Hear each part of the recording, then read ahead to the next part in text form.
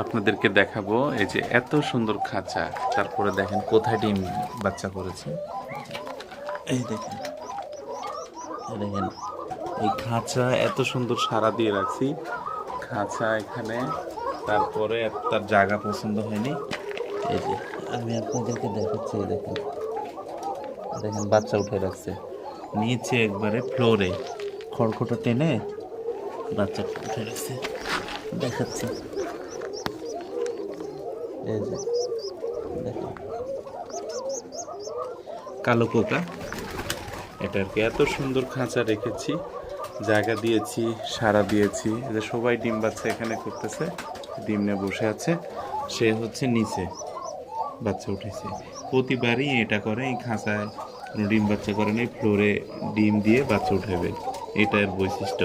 এটা আমার খামারের সর্বোচ্চ সেরা কবুতর, কালো কোকা।